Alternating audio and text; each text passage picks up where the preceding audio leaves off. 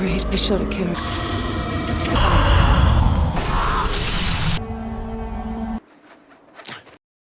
Welcome dear रॉकर्ड्स।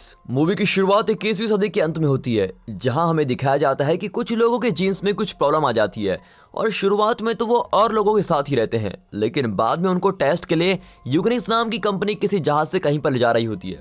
और तभी हम देखते हैं जिल बायोस्कोप नाम की नीले बालों वाली जवान लड़की वहां से भागने की कोशिश करती है, लेकिन गार्ड उसको जल्दी पकड़ लेते हैं। और फिर हम एक पिरामिड को देखते हैं जो शहर के ऊपर उड़ रहा होता है।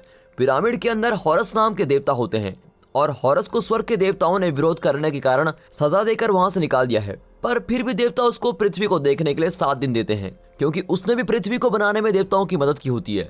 और फिर जैसे ही दूसरे देवता पिरामिड से बाहर चले जाते हैं, तभी बास्टेट और अनुबिस हॉरस को सलाह देते हैं कि वह अपना बचा हुआ समय ठीक से इस्तेमाल करे। और फिर जब हॉरस पिरामिड से बाहर निकलता है तो सेना के 2 हेलीकॉप्टर उसे बाहर आते हुए देख लेते हैं, पर हॉरस उन दोनों हेलीकॉप्टर को आपस में क्रश कर देता है।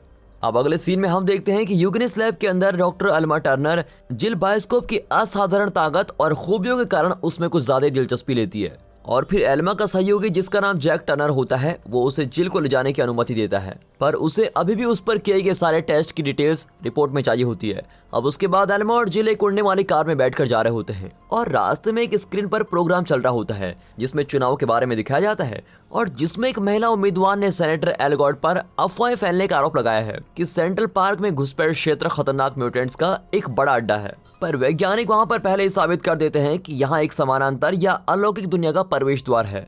और वो ये भी बोलती है कि ऑल गुड यूगनिस कंपनी के साथ मिलकर इंसानों पर अवैध प्रयोग करने की साजिश कर रहा है। तभी ऑल गुड इस सभी आरोपों को देखकर बड़े परेशान हो जाता है, मगर वो ज्यादा परेशान शहर में हो रही लोगों की मौतों को लेकर होता है। और तभी जॉनस बोलता है कि उसने नोट किया है कि इंस्पेक्टर फोरेब जो ऐसे सामान्य मामले में विशेषज्ञ हैं, उनका सोचना है कि ये काम एक सीरियल किलर का है। फिर लिली लियांग ऑलवुड को बोलती है कि फोरेब तो एक मनोरोगी यानी कि पागल इंसान है, पर जॉनस बोलता है कि वो एक ईमानदार पुलिस वाला है। अब शाम होने के बाद फोरेब क्राइम सीन के पास पहुंचता है और देखता है कि हत्यारे ने अपने 5वें शिकार का दावा भी कर दिया है और उसका सहयोगी जिसका नाम हॉक्सली है, वो उसको बता देता है कि बॉडी दिखने में बाकी दूसरों की तरह अंदर से फटी हुई है। अब जैसे ही फोरेब बॉडी का निरीक्षण करता है, तभी अधिकारी एक गवाह को हेडक्वार्टर में लेकर जा रहे होते हैं, पर उनके पहुंचने से पहले ही वहां उनकी गाड़ी दुर्घटनाग्रस्त हो जाती है। पर गवाह बहुत ही पहले वहां से बाहर आ जाता है और एक बार की तरफ चला जाता है। अब वहां जाकर वो बारटेंडर से पूछता है क्या बार में कोई बीमार है, तो बारटेंडर बोलता है कि वो पूरी तरह से स्वस्थ है क्योंकि उसने अपने लंग्स और ब्लैडर को बदल दिया है। उसके बाद गवाह बिना कुछ बोले बार के अंदर चला जाता है, पर जैसे ही वो अपना पैर बाहर रखता है, उसके सर से खून निकल आता है और जल्दी एक काला पंख गवाह के फेस पर आकर गिरता है। और फिर जल्दी हॉक्सली फोरेब को बताता है कि गवाह और अधिकारी की रहस्यमय तरीके से मौत हो गई है और वो बोलता है कि ये मौतें उसको डायक्स दिनों की याद दिलाती है। दोस्तों, डायक्स उन जीवों को बोलते हैं जो हेड हंटिंग करते हैं, पर फिर फोरेब बोलता है कि वो जीव तो 30 साल पहले ही दंगों के बाद समाप्त हो गए थे। अब अगले दिन एल्मा जिल को उसकी यादों के बारे में सवाल करती है, लेकिन जिल बोलती है कि उसे कुछ भी याद नहीं है। फिर एल्मा ये खुलासा करती है कि जिल के शरीर को 3 महीने पहले ही बनाया गया है और वे जिल को उसके ऊपर मेडिकल टेस्ट करने के लिए मना लेती है और उसे कार्ड देने का ऑफर करती है जिससे वो वेस्टर्न हिस्टेरिया होटल में कानूनी तौर पर रह सकती है।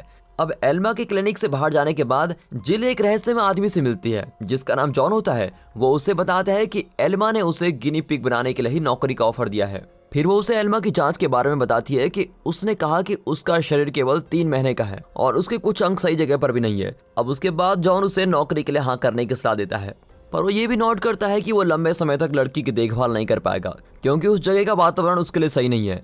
अब अगले सीन में हम देखते हैं कि शहर के ऊपर एक हिबरनेशन पॉड ग्लोबस नामक जेल अलग हो जाती है और जैसे ये पॉड जमीन पर गिरता है, ये दूसरे पॉड से टकराता है जिसके कारण 2 और पॉड्स नीचे पुल पर गिर जाते हैं। और जब पुलिस पॉड निकालने के लिए पहुंचती है तो उन्हें पता चलता है कि उनमें से एक पॉड खाली है।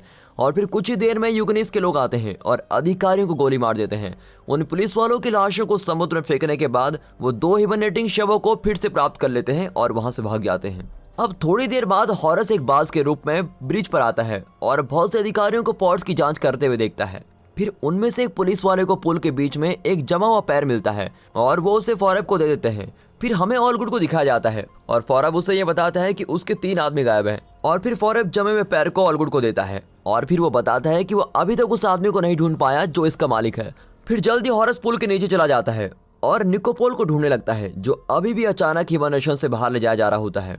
अब जैसे निकोपोल चार्ल्स बुलेरी की एक कविता पढ़ता है, हॉरस उसके शरीर के अंदर चला जाता है और एक बंद हुए ट्रेन स्टेशन पर तैरने लगता है। और फिर जब हॉरस उसका शरीर छोड़ता है तो निकोपोल उसको एक देवता के रूप में पहचानता है और सोचता है कि हॉरस को तो अभी तक मर जाना चाहिए था। अब उसके बाद निकोपोल नोटिस करता है कि उसका दाहिना पैर नहीं है। तब हॉरस उसे जोर देकर बोलता है कि वो अभी भी जीवित है क्योंकि उसका खून बह रहा है और वो अभी भी उस दर्द को महसूस कर सकता है। फिर हॉरस तभी ये नोट करता है कि वो 2 दिन से ह्यूमन होस्ट की तलाश में है, पर उसको जितने भी मिले थे उसने सभी को अस्वीकार कर दिया और अब उसको निकोपोल एक परफेक्ट होस्ट के रूप में लगता है क्योंकि उसका शरीर साफ है और वो अतीत से भी आता है। और जब हॉरस उसको ये बताता है कि ये साल 295 है, तब निकोपोल को ध्यान में आता है कि उसे तो 1 साल बाद रिहा कर दिया जाना है। इसी बीच लिली ऑलगुड को बताती है कि उन्होंने जमे हुए पैर की पहचान कर ली है, पर जब उसे पता चलता है कि वो पैर निकोपोल का है तो ऑलगुड की खाना खाने से उसका गला घुटने लगता है। और फिर वहाँ हॉरस को दिखाते हैं जो निकोपोल को ट्रेन की पटरियों से बनी मेटल का एक नया पैर देता है, पर निकोपोल बताता है कि ये मेटल का पैर उसके लिए बहुत ही भारी है, इसलिए हॉरस बताता है कि निकोपोल उसकी मदद के बिना नहीं चल पाएगा। और फिर जैसे ही हॉरस उसके शरीर में प्रवेश करता है, निकोपोल सामान्य रूप से चलने लगता है। और फिर बाद में हॉरस को पता चलता है कि निकोपोल अभी भी अपनी अनुपस्थिति के दौरान भी शहर में विध्वंस आंदोलन को लीड कर रहा है। और फिर तभी अचानक से उसके पीछे एक होलोग्राफिक मैसेज आता है जो निकोपोल की आत्मा होने का दावा करता है और आम लोगों और म्यूटेंट्स को खून और आंसू बहाने से बचने को बोलता है क्योंकि यूगेनिस के लोग उनके खून और आंसू को एक बारूद के रूप में इस्तेमाल कर सकते हैं। फिर अगले सीन में हम देखते हैं कि जल्द ही जिल वेस्टर्न हिस्टेरिया होटल में पहुंच जाती है और एल्मा के द्वारा तैयार किए गए फिजिकल एग्जाम देना शुरू कर देती है। और फिर फिजिकल एग्जाम के बाद एल्मा संचारक के माध्यम से जिल को फूड टेस्ट के साथ आगे बढ़ने के लिए कहती है। जिल जब टेलीविजन चालू करती है तो उसे इस खबर का पता चलता है कि ऑलगुड भी पिरामिड के निवासियों के साथ बात करने के लिए प्रतिमंडल में शामिल होगा। और तभी एक दूसरे समाचार रिपोर्ट से पता चलता है कि 12 लोगों ने घुसपैठ क्षेत्र में अंदर आने की कोशिश की है, लेकिन कोई भी बच नहीं सका। फिर एक सिक्योरिटी गार्ड एक डिपार्टमेंट स्टोर में निकोपोल को पहचान लेता है और उसका पीछा करने लगता है। और जैसे ही गार्ड को एक क्लीन शॉट मिलता है, वो निकोपोल पर अपनी बंदूक से गोली चला देता है, लेकिन हॉरस की शक्ति के कारण उसको कुछ भी नहीं होता, पर फिर भी गार्ड उसका पीछा करता ही रहता है। फिर निकोपोल एक दूसरी इमारत में कूदने की कोशिश करता है और एक सीढ़ी को पकड़ने में सफल हो जाता है, लेकिन वो उस पे ज्यादा देर तक टिक नहीं पाता और गिर जाता है। अब जमीन से टकराने से पहले उसके बैग से पंख निकलते हैं, जिसके कारण वो उड़ने लगता है। अब अगले सीन में हम देखते हैं कि ऑलगुड निकोपोल के भागने के कारण बड़ी चिंता में है क्योंकि निकोपोल को ऑलगुड के पिता के द्वारा स्टार्ट किए गए इलीगल एक्सपेरिमेंट्स का पता होता है। अब लिली को दिखाते हैं जो यूगेनिस की एजेंट होती है। वो सोचती है कि अगर निकोपोल ने उसके इस रहस्य को उजागर कर दिया तो ये उसकी कंपनी के लिए एक गंभीर समस्या पैदा कर सकता है। इसीलिए वो जैक की एक प्रयोगशाला में जाकर उससे एक हंटर डायक नाम के शिकारी से निकोपोल को मारने के लिए कहती है। अब बाद में हॉरस निकोपोल को नीले बालों वाली महिला को खोजने के लिए एक बार में जाने को बोलता है और उसी समय जिल एल्मा की लैब में होती है, पर जिल अपनी टेलीपैथी एबिलिटी से अनुमान लगा लेती है कि एल्मा उसको क्या सवाल पूछने वाली है और उसे पता चल जाता है कि एल्मा जानना चाहती है कि क्या उसने फूड टेस्ट ठीक से किया है। इसलिए जिल उसको बताती है कि उसने सारे फूड को सही मात्रा में खा लिया है। तभी क्लिनिक से बाहर जाते समय जिल ये नोटिस करती है कि उसका रियलिटी को देखने का नजरिया बढ़ता जा रहा है, इसलिए वो अपने दिमाग को बरकरार रखने के लिए एक नीली गोली ले लेती है। और फिर जब जिल बाहर में आती है तो वो तुरंत निकोपोल का ध्यान अपनी तरफ आकर्षित करती है। हालांकि फिर वो सीधे एक गुप्त कमरे में जाती है जहां पर उसे एक स्पेस सूट मिलता है जो उसका इंतजार कर रहा होता है। अब स्पेस सूट पहनने के बाद वो बाहरी अंतरिक्ष में चले जाते हैं जहां पर उसका सामना जॉन से होता है। और फिर एक आदमी उसको बताता है कि उसने जिल को 3 महीने पहले इंट्रूजन जोन में देखा था और वो उसको ये भी बताता है कि जो नीली गोलियां वो ले रही है वो उसके पास्ट को मिटाने के लिए है ताकि वो अपने ध्यान को लक्ष्य से हटा ना सके। फिर जॉन उसको बोलता है कि अब पृथ्वी उसका नया घर होगा, लेकिन वो यहाँ नहीं रह सकता क्योंकि वो अपने साइकिल के एंड में है। पर जिल बोलती है कि उसे इंसान बनने में अभी डर लग रहा है। अब जॉन के साथ बातचीत करने के बाद जिल शराब पीने के लिए बार में जाती है और निकोपोल उसके साथ छिड़कानी करने की कोशिश करता है, लेकिन हॉरस उसके शरीर पर फिर से कब्जा कर लेता है और जिल को सम्मोहित कर देता है। और जैसे ही वो बाहर से निकलते हैं तो हॉक्सली उनका पीछा करने की कोशिश करता है, लेकिन उसका सामना डायक से हो जाता है और डायक उसको नॉकआउट करके उसके दिमाग से ब्लैक बॉक्स निकाल लेता है ताकि ये पता लगाया जा सके कि उसने आखिरी कुछ मिनट्स में क्या क्या देखा था। और डायक को पता चलता है कि उसने निकोपोल और जिल की बातचीत को सुना था। निकोपोल का दिमाग अभी भी हॉरस के कंट्रोल में होता है और वो उसे अपने होटल के रूम में लेके जाता है जहां हॉरस निकोपोल की बॉडी का यूज करके उसके साथ जबरदस्ती संभोग करता है। और फिर अगली सुबह जिल उठती है और उसे अपने बेड पर एक काला पंख मिलता है और जब वो निकोपोल को बाथरूम में देखती है वो उसको पहचान नहीं पाती। फिर निकोपोल उसको बताता है कि पिछली रात उन्होंने एक साथ शराब पी थी, पर जिल बोलती है उसे तो फिर सब याद होना चाहिए था क्योंकि उस पर शराब का असर नहीं होता। निकोपोल फिर उसको बताता है कि वो एक साथ सोए थे लेकिन उनके साथ कोई और था और फिर जैसे ही निकोपोल उसे हॉरस के बारे में बताने की कोशिश करता है, वो एकदम रुक जाता है और कुछ जवाब नहीं दे पाता।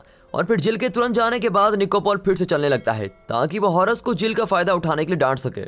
और फिर हम पुलिस स्टेशन में देखते हैं कि फॉरेब हॉक्सली के सब कॉन्शियस को कंप्यूटर से जोड़ता है ताकि ये पता लगाया जा सके कि उसके मारे जाने से पहले क्या क्या हुआ था। तो फिर कंप्यूटर से पता चलता है कि हॉक्सली ने निकोपोल और नीले बालों वाली लड़की को ढूंढ लिया था, पर उसके बाद उसका सामना एक डायक से हो गया था। और वहाँ होटल में दिखाते हैं तो हॉरस निकोपोल को बोलता है कि उन्हें दोबारा जिल के साथ संभोग करने की जरूरत है, पर निकोपोल हॉरस को अपने शरीर का उपयोग करने से मना कर देता है। लेकिन हॉरस के पास कोई और विकल्प नहीं होता और तब हॉरस फिर से निकोपोल से उसके पैर की पावर को वापस ले लेता है और उसको धक्का देकर दीवार पर पटक देता है और कहता है कि अगर वो फिर से कोई शिकायत करेगा तो वो उसका क्या करेगा ये सोच ले।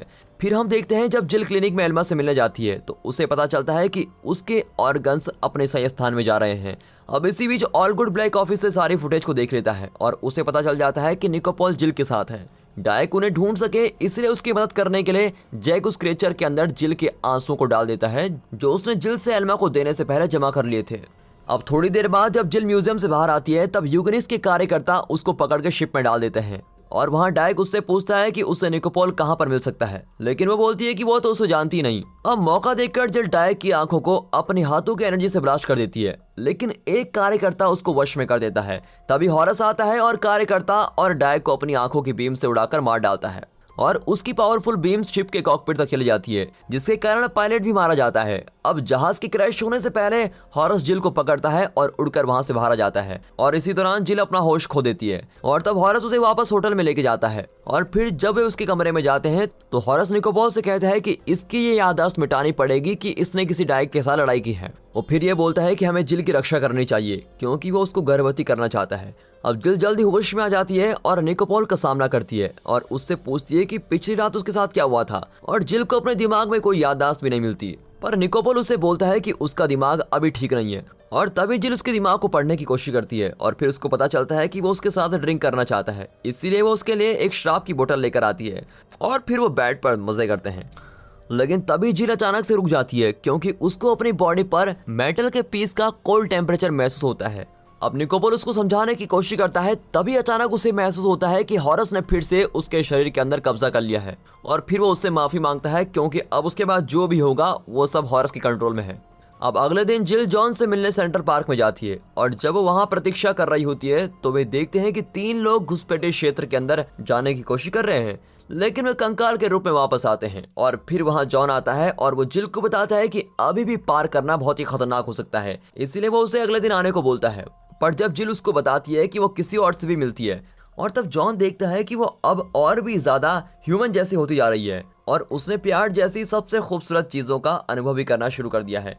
अब जिल उसको बताती है कि तुम ही एक पहले आदमी हो जिससे मैं प्यार करती हूँ। तो जॉन उसको बताता है कि प्यार पृथ्वी पर बहुत ही अलग होता है। अब अगले सीन में हम देखते हैं कि बार में जिल की तलाश करते हुए एल्मा का सामना जॉन से होता है, पर फॉरेब एल्मा की बातचीत को सुन लेता है कि वो नीले बालों वाली महिला की तलाश कर रही है, इसलिए वो अपना भी परिचय देता है क्योंकि वो भी उसकी तलाश कर रहा है। और फिर हम देखते हैं कि लिली और ऑलगुड एक दूसरे डायक से निकोपोल को मारने की बात कर रहे होते हैं और वो डायक को निकोपोल का पैर खिलाते हैं ताकि क्रिएचर को निकोपोल को खोजने में बहुत ही आसानी हो।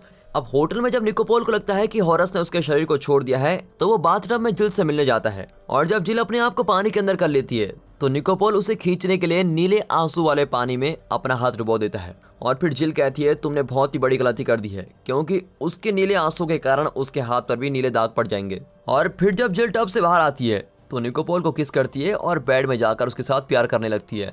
अब उनके सो जाने के बाद हॉरस निकोपोल का शरीर छोड़ देता है और उसकी मदद करने के लिए उसका शुक्र अदा करता है। और फिर निकोपोल के जाने के बाद हॉरस उसको बताता है कि जिल उन बहुत कम लोगों में से है जिनके पास देवताओं के साथ प्यार करने की क्षमता है। और फिर जल्दी डायक जिल के बाथरूम में आ जाता है, पर इससे पहले वो क्रिएचर हमला कर पाता। जॉन एक कार में आता है और उस खिड़की को तोड़ देता है और जैसे ही वे भागते हैं डायक अपने पंजे से कार को पकड़ने की कोशिश करता है, लेकिन जॉन भागने में सफल हो जाता है। फिर हम देखते हैं कि फॉरेब और अल्मा जल्दी हॉस्पिटल पहुंचते हैं, लेकिन उन्हें डायक की अलग पंजे के अलावा कुछ नहीं मिलता। फॉरेब और अल्मा जल्दी उनका पीछा करते हैं जबकि डायक सीवर के माध्यम से उनका पीछा करता है।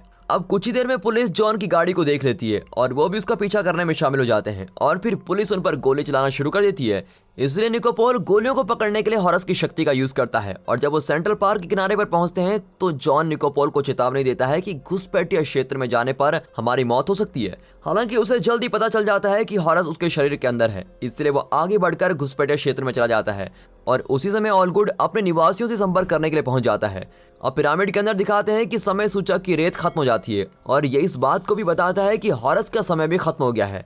अब हवा में गायब होने से पहले अचानक पिरामिड ऑलगुड को अपने अंदर खींच लेता है और इसी बीच जॉन, जिल और निकोपोल कार से बाहर निकलते हैं और घुसपैठिया क्षेत्र के अंदर पहुंच जाते हैं। फिर जॉन जिल को एक लाल गोली देता है और उससे बताता है कि ये उसे हमेशा के लिए इंसान बना देगी और वो उसको संकेत देता है कि वो अपनी याददाश्त खो देगी, लेकिन इसके बाद वो अपनी एक नई कहानी को शुरू करेगी। अब उसकी गोली निकलने के बाद जॉन उसे अपने बारे में भूल जाने की सलाह देता है और फिर जब जॉन गायब हो जाता है तो जिल उसकी जैकेट को पकड़कर रोने लगती है क्योंकि अब वही एक चीज उसके पास है। अब अगले सीन में हम देखते हैं कि डायक जल्दी निकोपोल को पकड़ लेता है, लेकिन हॉरस उसको बचाने के लिए बाहर आता है और क्रिएचर को अपनी आंखों की रेस से मार डालता है और जल्दी एक बेजान ऑलगुड पिरामिड से निकलता है और डायक पर आ गिरता है। अब पिरामिड में वापस जाने से पहले हॉरस निकोपोल को बताता है कि वो उसकी मदद के लिए आभारी है और उसे बोलता है कि वो अब से उसके बिना अपने पैर का प्रयोग कर सकता है। और फिर देवता जिल से कहता है कि वो उससे कभी दूर नहीं होगा और फिर जल्दी जिल अपनी याददाश्त खोने के बाद निकोपोल को पहचान नहीं पाती।